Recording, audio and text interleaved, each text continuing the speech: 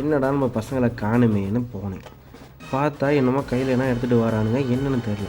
சரி இதெல்லாம் விடுங்கங்க, வாங்க வச்சு யாராவன் இங்கிட்ட ஒருத்தன் பார்த்தா இங்கிட்ட குரங்கு மாதிரி ஒருத்தன் அடிக்கிறான். என்னன்னு பார்த்தா பப்பாளி கலாண்டுக்கிட்டு இருக்காங்க. சரி எனக்கு ஒன்று கொடுங்கடா அப்படின்னு இந்த பக்கத்தில் ஒருத்தன் இருக்கான் பாரு, இந்த பையன் வச்சுட்டு குட்றா அப்படிங்கிறேன், கொடுக்க மாட்டேங்கிறான். அடிக்க வரான். அடங்கப்பா அப்படின்னு.